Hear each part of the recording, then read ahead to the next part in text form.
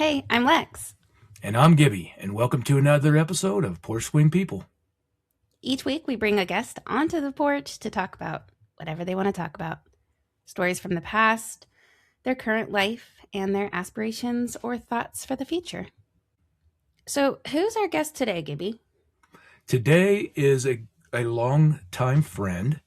I'm laughing because you call everybody a longtime friend. Well, I think that most everybody that knows me would say, yeah, Gibby thing. All right, I've known Gibby forever, or a long time. Not always. I'm going to ask a new time friend in a couple of weeks. I don't know who that is, but anyhow, we're going to ask Rich on. I've known Rich since about 2002. I haven't talked to Rich in quite a while, maybe 4 or 5 years. He used to work at a command that I worked at. We used to be in a project together, and you guys are going to love Rich. He is a good, genuine, fun person. I'm excited. Well, should we bring Rich on? Let's bring Rich on. Copy that. You bringing him on? Oh, there he is. Hey, there he is. Hey, good morning. Hey, Rich. Bada bing, bada boom, bada bing. Exactly. How are you? Good to see you guys. Thanks for being here this morning. First podcast experience, right? Second, actually. Second. Wait, what? Tell us more. Yeah. There's another one out there. I can tell you guys later, where the address is, but if you want to go to sleep, listen to 3.5 hours of sea stories. Yeah. Oh, that sounds fun. Yeah. All right, we'll have to check it out. Yeah, it was about my Navy profession, so it was fun. It was oh, cool. It was a good time. Yeah. So this guy's doing it in his mobile home. By the way, that's where he's got his studio. Yeah, it's fantastic what he's doing. So he just said, hey, okay, start with your Navy career and go from there. And 3.5 hours later, and he said, we target 3 to 3.5 hours. I went, okay. I said, very cool. So he's like a historian, sort of gathering people's stories. That's exactly what he's doing. Yeah, he's trying to get guys from various eras. And one of the cool things that I was able to help him with was I got the oldest living guy that still does what we used to do in the Navy. Yeah. What? Oh, right on. Wow. Yeah. This guy, now he's a Vietnam guy. So there's no World War II guys that we know of. No Korea guys. This is the oldest guy. So I'm almost 70. I'll say that much specifically about myself. And this guy went through training like the year I was born. So wow, amazing. Yeah. I mean, that's so cool to be able to collect his stories. Yeah, and that's what I want. And he just did this a couple of years ago. I mean, the gentleman was in his 90s, and he's clear as a bell. I mean, I wish I had his sentience, but yeah, pretty amazing. Did he have any advice on how to stay with it like that for so many decades? Well, he would say, I drink a lot, which is not true. He doesn't drink a lot. He likes to give the impression that he's a bon vivant world traveler and heavy drinker, but he's not. He was in his day, but not anymore. Now, he's just a wonderful guy. He did say that remain social, remain active, do physical things. He credits his longevity to his spouse, things like that. It's a good, well-rounded life, but mainly, work out, get the blood moving, and stay social. That's stay moving. That makes so much sense. Keep moving. Right. Keep the mind moving, keep your body moving. Yeah. Anyway. Wow. Well, this podcast is probably not going to be as cool as that one, but maybe it'll still be fun. We'll find out. It certainly won't be as long. No. Thank God. I don't like hearing myself for more than 40 minutes. So, yeah. Hey, Rich, can you tell us a little bit about yourself? Yeah. So retired Navy guy, then got out of the Navy, did civil service. And that's really it. I'm from Virginia. So I've got an odd accent. I've been told, don't know. I can't hear myself really. So, but I kind of grew up out in the country, and I love the water. Hence, I joined the Navy. Yeah. Love swimming, surfing, all that stuff. I hunt, I fish. I'm just a kind of kind of an old country boy, really. And you two worked together? I'm not sure how you went when you met. We met in 2002 or 2003, Gibby. Yeah. So I was already out here in Utah. Mm-hmm. Rich was at the command that I left, and we were doing some projects together for, well, gosh, it must be like 4 or 6 years. And then we just always stayed in touch. And then I went back to the community for a little bit. So I've known Rich for, well, 23 years or so. Yeah. And I'd heard of you before that, and we knew we have so many mutual friends. Yeah. I mean, thanks, Lex. Yeah. Well, all one of them, but yeah. Well, yeah, but, well, I did, because people love your dad, and I would drop his name, and then we won't mention the names of the people, but you know who they are. And it's not necessarily the shop that I was in, Gibby. It was the ops master chief, and and they would go, "Oh my God, you know that guy? Oh no, I go, no, actually, he's really helpful." They're like, "Really?" He's talking about Rick. That's exactly you knew exactly he's talking what I was about. talking. Yeah, I love that guy. He's really a great guy. I wouldn't have went to the command if it hadn't been for him. That's right. Yeah. No, I would not have. He just said, he said it would be the time of my life for the 6-month program to get, and it was not. It was It wrecked me, but it was awful. You know what? After doing it, it was, you look back and you can remember the funny parts of it. Just like that's because we don't, Lex. I don't think. Well, at least I don't. For me, Rich, we don't remember the bad times. Those they went away, and we remember the stupid funny times. Well, I was just about to say, right. I think that's how people keep on keeping on in life, is by just remembering the positive things as much as possible and letting the rest of it float away. Yeah. I totally agree with you, and it's and I know that a lot of what we talk about, the theme is going to be positivity, but it's that important, not to get into what's currently going on, in our country and the world, but we need that, we really, really need that. And it's infectious. Positivity is you're right. It is. Rich, I want to highlight what you said. And this is something that Gibby and I have kind of been trying to define a little bit more, because our podcast is based in positivity, but in a realistic sense. Yeah. So we don't want to pretend like everything is peachy keen, but we do want to lean into, in this space, joy and connection with others and learning from each other. And that's not always happy, but that doesn't mean that it's not positive. So thanks for bringing that up.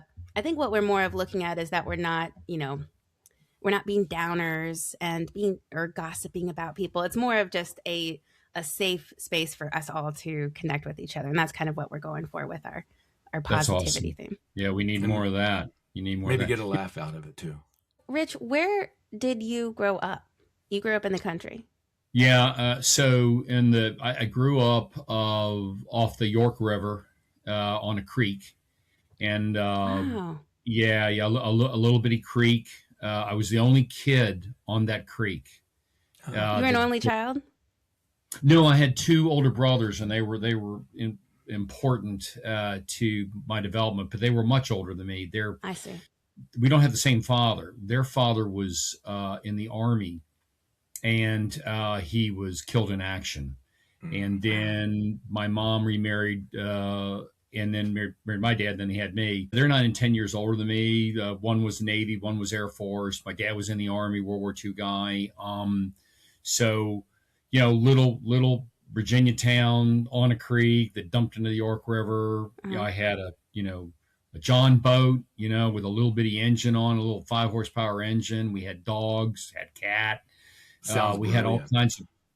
It was just I couldn't replicate that again. It was so amazing. We had flying squirrels, we had skunks, we had possums, we had raccoons, we had I'd bring these pets in, and Mom would say, "Okay, well, we can keep that one for a while," or you know, as soon that's as amazing. they pooped outside the cage, that was it. They were gone. You probably heard a lot. No, get it out.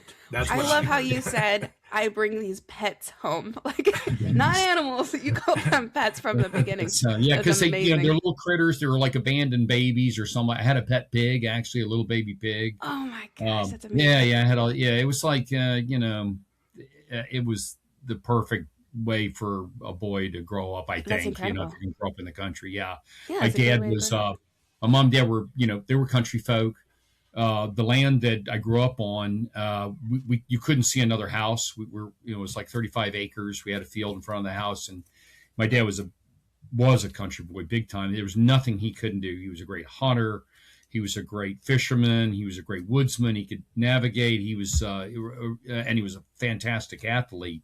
And so, yeah, a lot of love in the house. They were born in 1921, so they were children living through the Depression. Yeah, And then formative years were in the Depression, and then the war.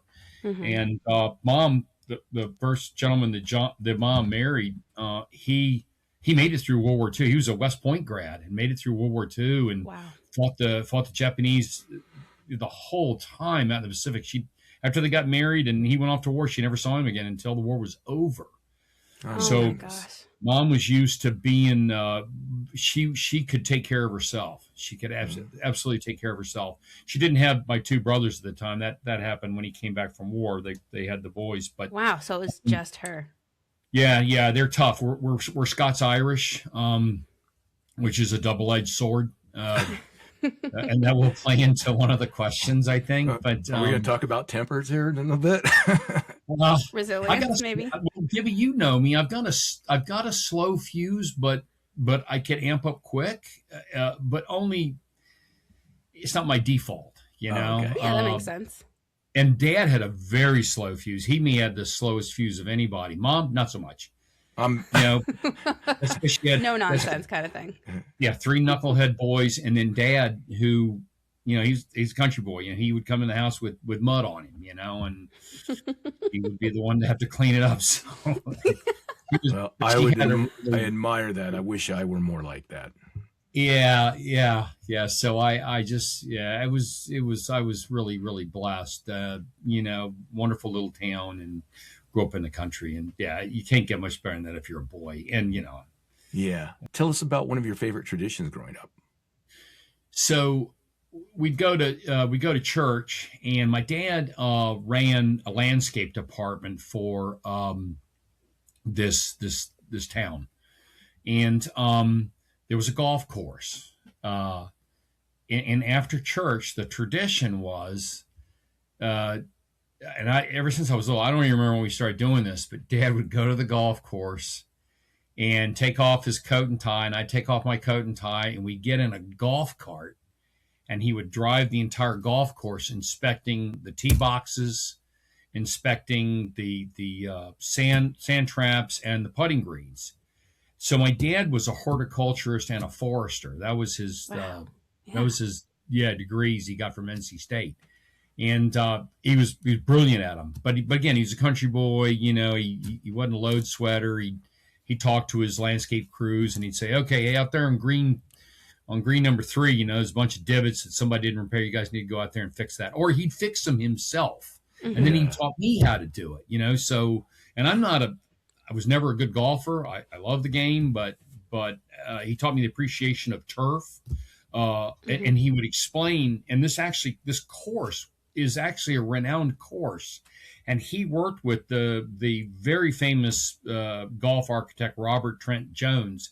He landscaped this course, so he knew every tree, every bush. He had a photographic memory, but he had an amazing ability to recall. And then on this traditional every Sunday at this time, we would drive the golf course, and he would explain nature to me. He would explain, okay, hey, you see this bush over here? It's propagated a new limb because, I had to cut the other one off. Or he'd go in this, so I was getting a horticultural course I didn't sign up for, Education. but Yeah. More importantly, yeah. though, you were spending quality time with your pop. Oh, absolutely. Yeah. Oh, yeah. Fantastic. And then we'd come home, we'd eat, and then we'd usually go play tennis, or we'd go in the boat and go down the creek. Or, yeah, it was just, but the tradition of getting in that golf cart was just thrilling. And then he'd let me drive the golf cart. Oh, that was I think I was like 8. I had to reach the pedal. So I think I was about 8, I think, when I could do it. But I'd live to drive that golf cart. So anyway, that was the tradition. Yeah. That's a great answer. Peaceful times. Yeah, thanks. Yeah. I did have a question. Did your brothers, when they went into the military, were they each trying to sway you, Navy, Air Force, Navy, Air Force? Like, how did you? Oh, that's a great question. So the oldest brother went to the Air Force Academy, and he was an officer. And no, he didn't know I was joining. Oh, okay. But the middle brother was in the Navy, and I wasn't doing particularly well in college. I'd gone to college to play soccer, which is the wrong reason to go to college. And I did. I walked on the team. I made the team. I started on the team, and I'd reached my goal. And I was a marginal student. And I was a B student in high school. And so I knew when I realized I wasn't going to play pro ball once I walked onto the pitch playing soccer, I'm like, oh, okay. Well, I rode the season out. My dad said, all right, I'll send you to another semester, but you got to do better. I said, I'm good, Dad. I think I'm just going to sit out a while. Because I knew, as immature as I was, and probably still am, I knew I just took myself out of the game. I'm like, yeah, I'm at the wrong school. I'm majoring in the wrong thing. I realize I'm not going to play pro ball, whatever. Sounds good. And then I get a call from the Navy recruiter because my brother, the middle brother, filled out one of those cards that falls out of a magazine and says, hey, join the Navy, see the world. And the Navy recruiter called me up. He put your name on it? He put my name on it. Yeah. Nice. Wow. Yeah. So he kind of changed your life, the entire trajectory of your life. He did. Yeah, he very much did, because he loved the Navy. He loved it. He saw the world. He got the GI Bill, and he went back to college on the GI Bill, and he did great. And now, when the recruiter came, was that an easy sell, or for? So like, I went down. So your dad's going to appreciate this. So I go down the recruiter, and I changed my mind. I'm like, you know what? I'm going to join the Marine Corps because, I just you said that. Yeah, you got to edit that out for the Marines Department of the Navy, right? So I went down there, and the Marines weren't there that day, but the Navy was right across the passageway. And, I'm like, knocking on the door, this and that. And the Navy guy said, he was first class. I don't remember what his rate was, but he said, hey, those jarheads are gone. They're on a road trip. I went, oh, okay. He goes, whoa. Hey, you open-minded? And I go, no, my brother was in the Navy. I'm not joining the Navy. I'm good. They're like, well, what do you want to do?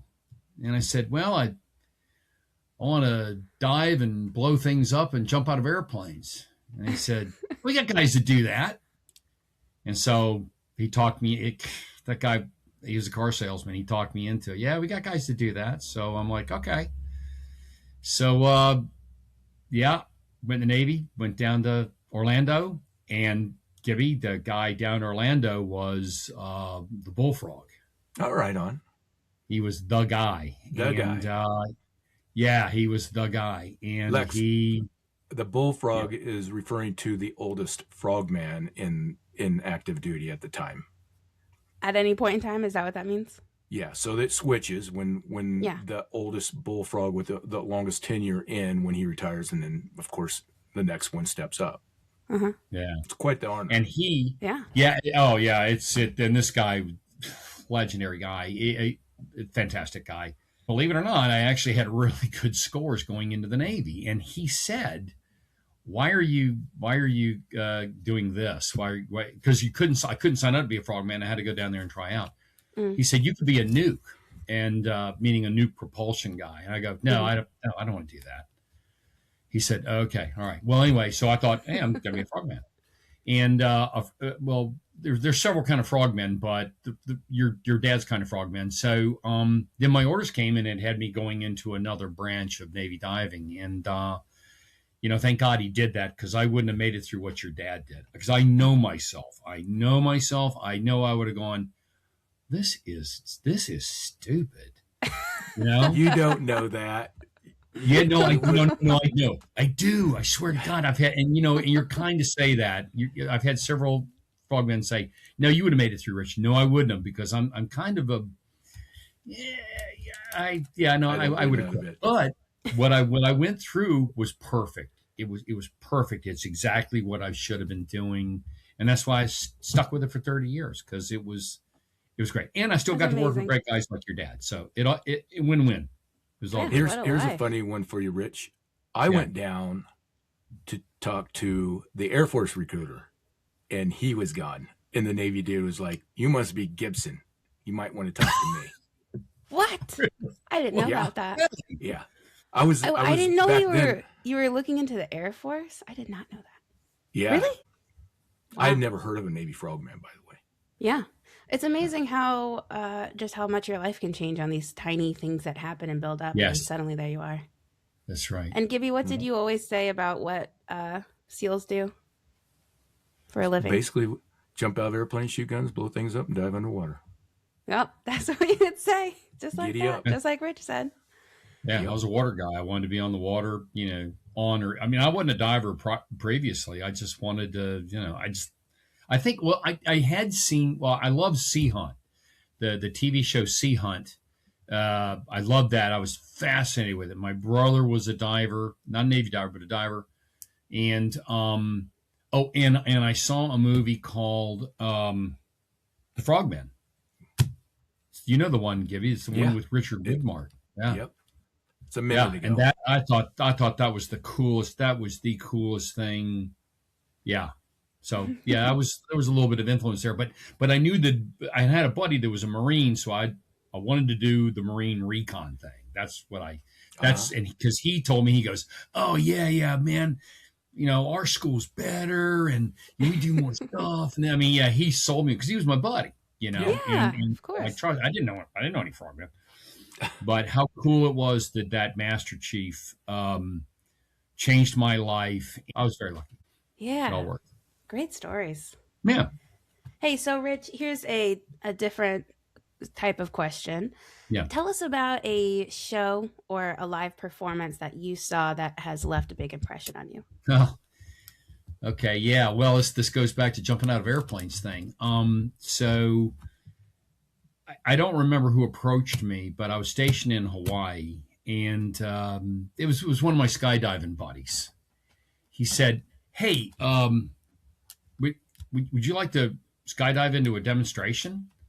Like a demo jump?" And I'm like, "Yeah, sure." I mean, a jump is a jump. And I knew if it was a demo, it was going to be a free jump. I didn't have to pay for it.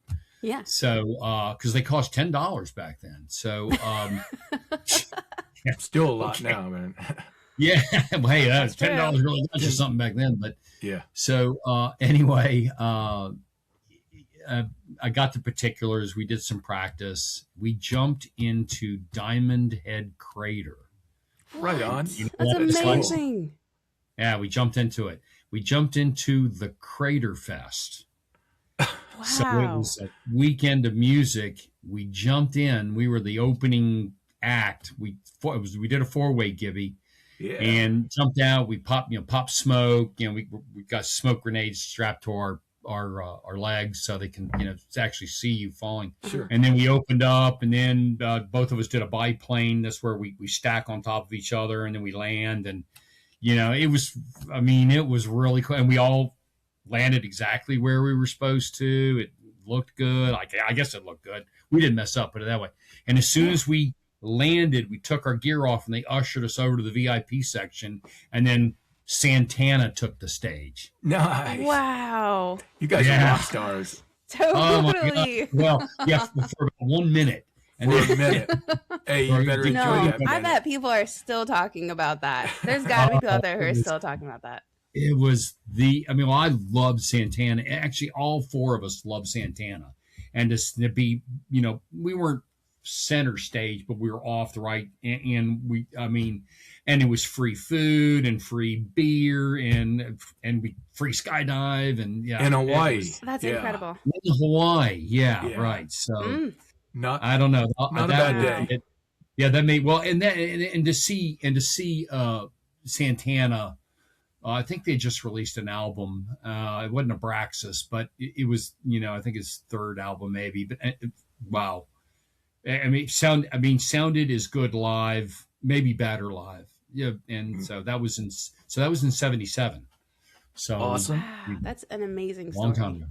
Yeah. Being in the Navy, you've been around a little bit, all over the world, and what is cool is going all over the world when you're in the Navy, and especially in the community that you're at, you're not just doing the touristy stuff. You're seeing behind the scenes of a lot of cool places. But tell us a place that you still dream of visiting. Oh, so that I've actually never been to. So I want to go to my, the motherland, Scotland and Ireland. Yeah, that's where that's.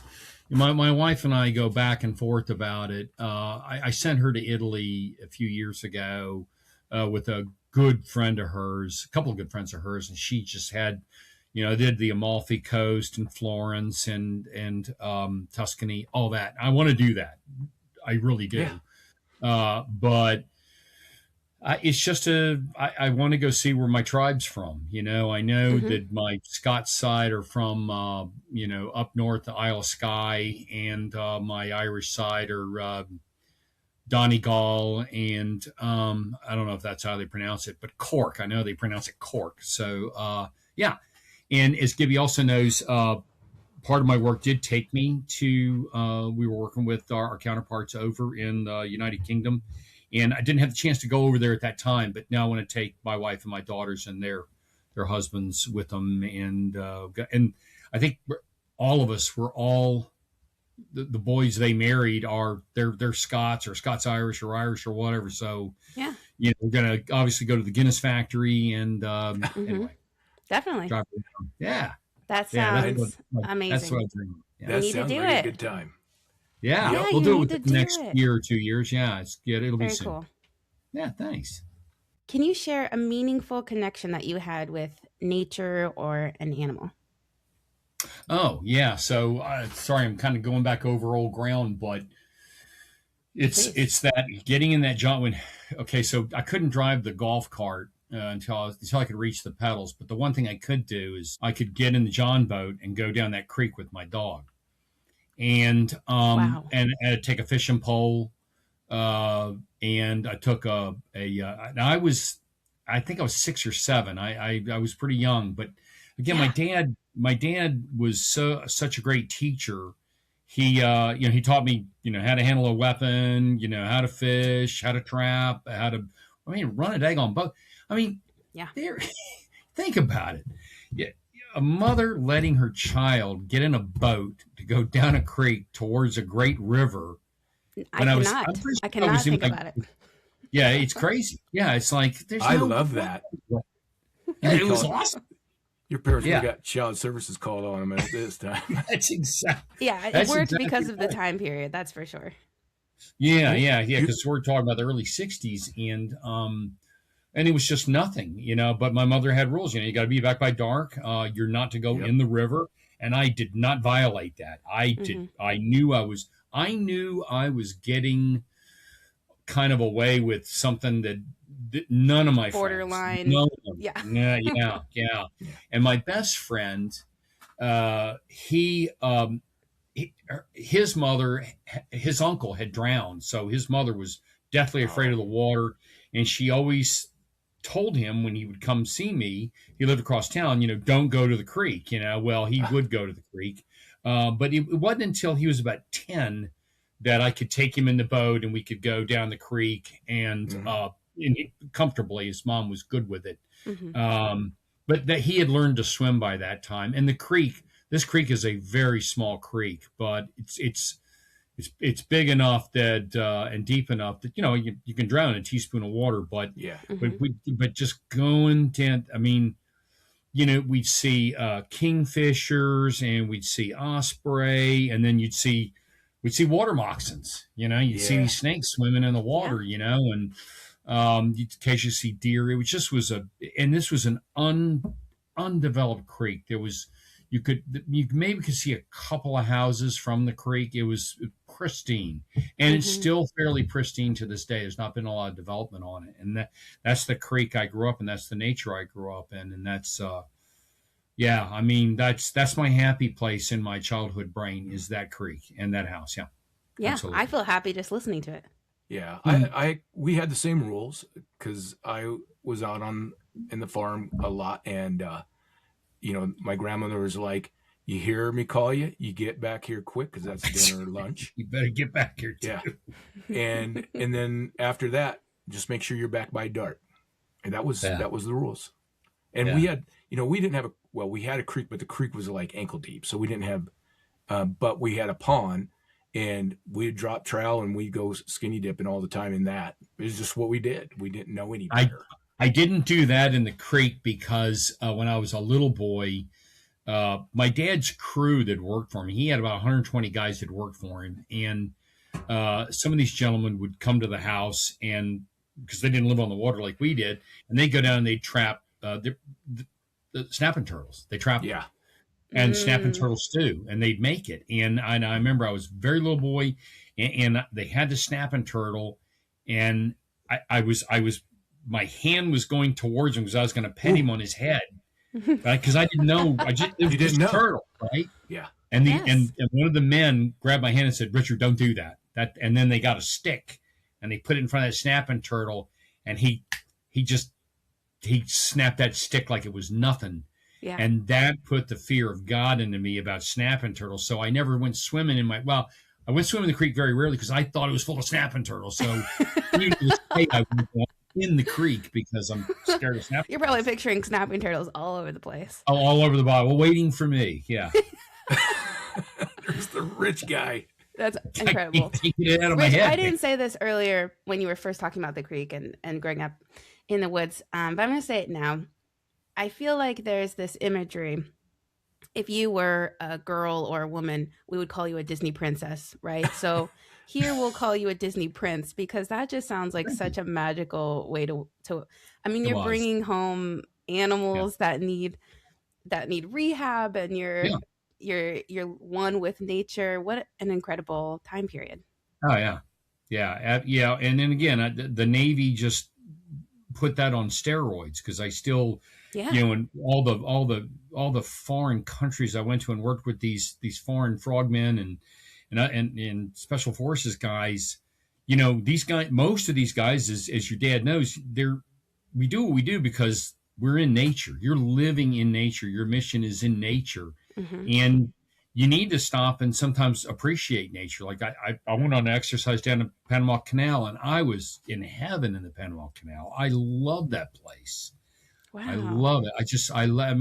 In the Navy, my nation gave me a job that was my childhood on steroids. Yeah, it really was. It was just an extension of your childhood. How blessed was I? Yeah. And it was just all dumb luck, and I just fell into it. Didn't do anything to earn it. But I floated as well. I never had a plan. It was just luck but pieces falling in place. Things just worked out, and people took care of you. Good people took care of all of us, right? Yeah. And it was again nothing I did that merited it. Just good people. And boy, you talk about. I could go down that list almost chronologically and just think of all the people that just did little things for me, like that Master Chief that got me into doing what I did, and other people that influenced me to, like I did a tour in Australia on the exchange program. I was stationed there for 2 years, and that was all because of the kindness, or someone thought enough of me to say, hey, I think Rich would be a good fit down there with the Aussies, and God, I got to go, patrol and dive, in the outback, patrol in the outback, and then dive the Great Barrier Reef. I mean, it was just whoa. I love amazing. I love your humility and your humbleness. But Lex, those programs, those are only for people that are quality genuine, known individuals. That's not an accident. And so, Rich is the man, and you step up. That's part of the deal. You get an opportunity to Well, I step was into also it. single too, and well, it was Yeah, funny. So the yeah. Australian thing, the guy that was there was a dear friend of mine, and he got kicked out. Ooh. He got kicked out. He was a drinking thing or something. Mm. Yeah. Well, no, it wasn't something. It was a drinking thing, and he got booted. I mean, he was kicked out of country, and they had to send someone down there ASAP. And the phone call started flying, and once again, as fate would have it, the information that this guy had gotten booted out went across somebody's desk who knew me well and was one of my mentors, and he called the detailer and said, "Hey, I know the exact guy that should go." And Wow. the guy, the detailer called me up, Gibby, and I can say his name. He's long gone, but his name was Ralph, and I love Ralph. He was a wonderful Master Chief, great guy. Again, another Vietnam era mentor, great operator, well respected, And he called me up and said, "Hey, buddy." He said, "You want to go to Australia?" I said, "Well, I thought I'm going to the Philippines." He goes, "You can go to Australia if you want. I'll cancel the orders to the Philippines." I'm like, "Oh yeah, yeah, I'll go to Australia." He goes, "All right, I'm going to fax you something, sign it and fax it back, and you're going." He goes, "Can you leave in 2 weeks?" I go, "Oh, yeah, I can leave in a week." And he goes, "Okay." What? No, How does no that responsibilities. That is quite the life. Yeah. Yeah, I can do that. Well, Yeah. this is one thing I used to brag about. I owned a pistol, a rifle, skydiving rig, and a motorcycle and a Jeep. That's all That's I it. owned. And the Wow. only one of those that I took with me to Australia was the parachute because I couldn't take Yeah. the others with me. Yeah. So, yeah, I'm good. Yeah. Wow. Yep. What a How story. lucky. Right? Yeah. I'm gonna switch gears on you, Yeah. Rich. What is a connection you have with another person and that you really value these days? Well, golly, that would be a War and Peace novel, but or actually not a novel, but fiction based on fact, because I wouldn't want to use real names. But there's this one guy that he'd been a good friend, Mm-hmm. very good to dear friend, and he came into my life later, and this was professionally, Navy wise, and I really really respected the guy, smart guy, capable guy. You actually know him, Kibby, but just incredible talent, smart, brave, all those things. Everybody loved him, man's man, just the tough guy, And he went through some bad times, and I don't know what all he went through, but the manifestation of it was uh, there was some he started holding animus towards most of us, including me, and I didn't understand. I kind of understood why he was mad because there were security implications regarding work and whatever, but I had to do my job, which was as the security officer when I was a civilian. I had to take action or whatever. None of it was endangered his career or anything like that, but it was. But I think it hurt him that I took these actions, but I don't think he was seeing clearly, and he wasn't happy with a bunch of other guys, and I just knew. I said, man, well, he said some things that I actually feared for my own safety, right? But nothing I can do about it, And so one day, I was walking by, near the building where I work. I was really walking by the side of the building, and he was coming from 90 degrees, and we literally ran into each other. Literally ran into each other. And I looked at him, and he's a big dude. I mean, he is a big, strong, powerful dude. And I looked at him, and he said, "Man, I am so sorry. I am so sorry for things I said, things I did." And he got watery eyed. Well, I'm going to get watery eyed telling the story. I got watery eyed. I said, "Brother," I said, I shook his hand, I hugged him, I even kissed him. I said, "It's all forgotten." I said, "That's the bravest thing I've ever seen in my life. For you to say that to me when I know how mad you were at me." He goes, "I know you're just doing your job. You're just doing your job." And I said, well, I didn't like doing it, but he goes, don't, got it. No explanation needed. He goes, I just want, I just want to be back in the brotherhood. I go, you never left the brotherhood, man. You never That's left. good. We know you were going through some stuff. We know you were going through, we get it. But that brings me to a point of, you never know what's going through in somebody's life. They could have this shell or facade they're projecting, and so it's always good to do a wellness check. But more importantly, I think, and I'm not trying to get on a soapbox, but make yourself accessible to people. But then they have to trust you. They have to trust that you'll keep their confidence, and their and what they said to you, in private, and that you don't. And like she said earlier, it's not about gossiping or throwing dirt or shade on somebody. And now I so treasure my relationship with him because I think he's doing great. I mean, what he overcame. And so, again, not trying to sound like some egalitarian, but I'm like, hey, let's start having beer together and inviting other guys. So we go to, about once a month, we go to a place right down the street from where he works, and we have beers. And we have a group actually now called the Graybeards, because we're all Graybeards, all of us. Great it's name. all old dudes. I love seeing him being with these guys. And one of the guys that shows up used to be the Command Master Chief, Gibby, and he's a loved Command Master Chief. I'll tell you offline who he was, but he's there. And these are just magnificent, all of them humble but extremely accomplished guys, and they liked him anyway. And they knew he was going through some struggles, but it was just seamless. Like, he shows up and it's like nothing happened. Rich, you made my day, because I've thought about him. That's wonderful. Yeah, I appreciate you sharing this. And I want to highlight that there are people with the exact same story from the past, and there are people who are going to go through the exact same thing in the future. And like you said, Rich, if we keep our hearts open and keep space for those people, and maybe we'll be one of those people, and hope that people will keep space for us, that's what everything is all about. Going back to that 90-year-old you were telling us about in the beginning, when he said, stay active and stay connected. Yeah. And if you lose those connections, that doesn't mean it's over. You can get them back. You can get them back, and people want them. They want them back. And I've reconnected with childhood friends.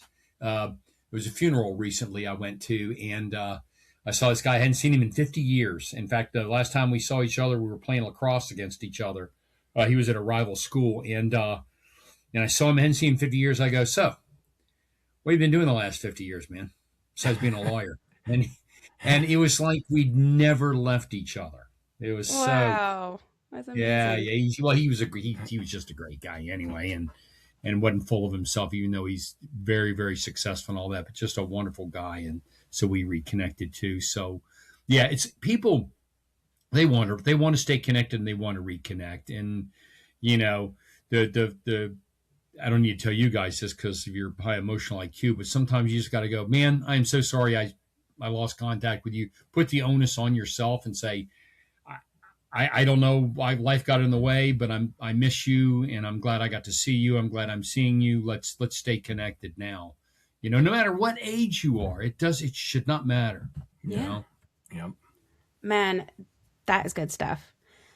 Rich, let's roll into our final takeaway. It segues perfectly from this discussion. We appreciate you bringing up your story. Can you tell us a quality, just one quality maybe, that you most admire in your friends? Oh, God, there's again so many. But one of the things that kept me doing what I did so long, 49 years in the government, at these magnificent places that I was stationed. I was never stationed at a bad place. I was an inspector, and I had to go inspect frogmen and other guys doing their job. And it's a horrible job to be an inspector, because you're an adversary now. Hey, you come in your command, and I gotta give you a war, battle scenario or combat scenario or whatever it is, and I'm going to evaluate your ability to execute it. But I'm also going to evaluate you holistically. You know, are you manned? Are you training? Are you equipped? Do you need money? I'm identifying your shortfalls so we can correct them. Me and my team can correct them. I'm smiling here because I remember individuals, and I did feel bad for them because I could feel that they were uncomfortable coming in there because they were looked like, all right, what are you going to try to dig up? Yeah, what are you going to try to dig up? So this will go into the quality that you're asking about. So the tact I took, because I had been on the other end of it, many inspections, and I said, hey, here's what I want to accomplish. Tell me what's not working for you now up front. And then I'm going to be here a week. And then by the time I leave in a week, when we do the hot wash up at the end, I'm going to have a list of stuff that I see. But I would rather you tell me what you know, because you know your unit better than I. Don't let me find it out. Tell me what the problem is. And then what I'm going to do is that my boss is going to work to get you the money, you the manpower, you the time, whatever it is, to fix these problems. You're not going to get dinged for it. You're not going to get in trouble. You're not going to get counseled. This isn't going to reflect on your fitness report. In fact, it reflects better on you to be open and honest and upfront, because we can't keep our combat readiness by hiding things. So just come out and let me tell you what, and that wasn't some brilliance on my part. It was just like I'd been the seaman, I'd been the chief, I'd been the officer. I know the struggle these guys are going through. So let's tell me what it is, and let's fix the problems now. Well, so that leads into the trade, and I was working with these guys. I was working with, these were helicopter pilots, submariners, surface warfare guys.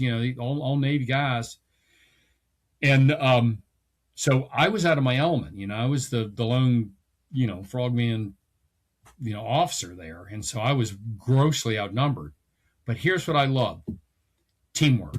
It's the teamwork, and those guys that didn't have an appreciation for what me and your dad did. Here I'm working with non-frogmen, and these guys backed my play and supported me, but more importantly, was supported the guys I was trying to help. I use that example, but all these units I was in or with or worked with, the what I marvel at to this day, and I'll take it to my grave, is the teamwork. Now teamwork is an amalgamation of a lot of things. If you true teamwork is emotional IQ and hard work and drive, and there's all these things, but I think that the word teamwork, if you applying it correctly, really encompasses a lot of skill sets and a lot of things that enable success. So kind of I went on a diatribe about it, but I was always on good teams. Again, blessed again. I was at good units. I was on good teams. I was with guys that cared, because when your life is in another person's hands, boy, that's a lot of trust, and the teamwork's got to be there. I think that the teamwork is the thing I admire more than anything. It's common sense, but guess what? It's not common. It's not. And the other thing is, as you said, you went out on a tirade or whatever. You didn't even really scratch it. We could do episode after episode. I was just thinking that. Yeah. I was thinking we could have an entire podcast episode just on this topic. I really appreciate you bringing up the teamwork aspect. That's a great thing. Yeah. Yeah. No, thank you. Thanks for giving me the opportunity. Well, Rich, I hope that you enjoyed it and it wasn't too laborious. And Lex already said thank you, but thank you again. It was lovely to have you on with us. Thanks, you guys. Like, since it's finally good to meet you, and great Likewise. To see your smiling face here, Gibby. Yeah, I tell you, I got so many good memories with you, my friend. Ah, that's nice. And Lexi, proud of what you're doing and what you're doing for the community, and what you're doing for folks that need your special skills and your special help and your empathy, but you're making it happen. You are on the ground making this work for people, improving people's lives minutely, hourly, daily. And you guys, like I said, you and the nurses, unsung heroes. You really are. I mean that most sincerely. Well, you're so kind. You're so kind. I agree with what Rich is saying about teachers and nurses making a big difference. Thanks again. Well, we'll just have you on the pod just to give us some more compliments and boost us up sometime. But okay. I'm here to help. Thanks again, Rich. We'll talk to you soon. Thank you, guys. Take care. Take care. Bye. Well, that was an awesome time with Rich. Did I not say that he's full of compliments? He is such a positive person who just lifts people up. I mean, I feel like the entire episode we were hearing his story, but we were also just being fed great information about ourselves and how awesome we are. I thought it was cool. Yeah, that's why I want to have him on.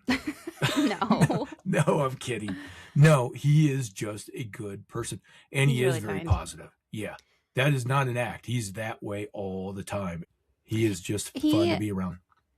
He had some stories or talked about people who you knew. You seemed like you're like, yeah, I know what you're talking about.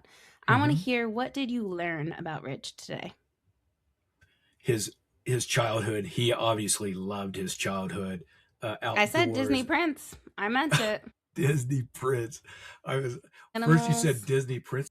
His tradition of, I get to spend Sunday a couple hours in a golf cart running around the golf course with my dad. Quality spending time with his dad, learning new things, just enjoying being outside. Yeah. That was a great tradition.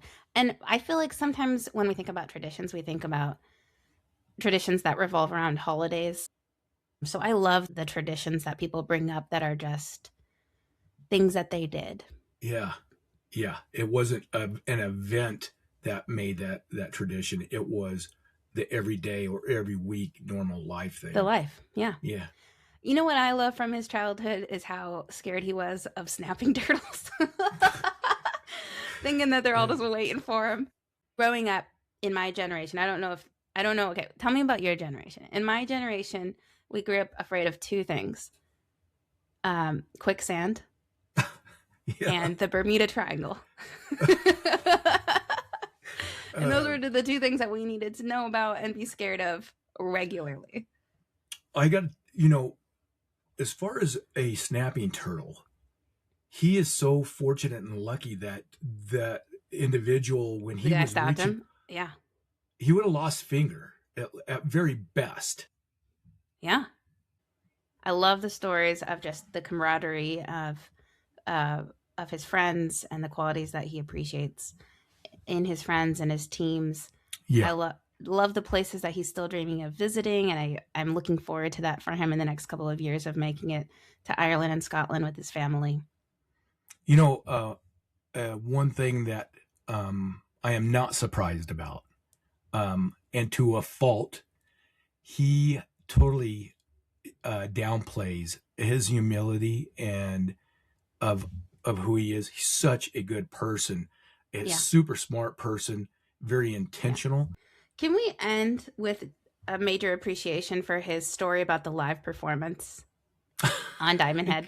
On Diamond Head, yeah. I was like, whoa, that is... very cool. That's surreal. Yeah, very cool. Well, another great guest on the Porch Swing. Thanks again, Rich, for being on the podcast. Thank you, Rich. Really appreciate it. Porch Swing people, out. Porch Swing People is recorded and produced by Lex and Gibby. Opening music was written and produced by Michael Gibson. Porch Swing People is a podcast featuring everyday people. If interested in being a guest, email us at porchswingpeeps@gmail.com.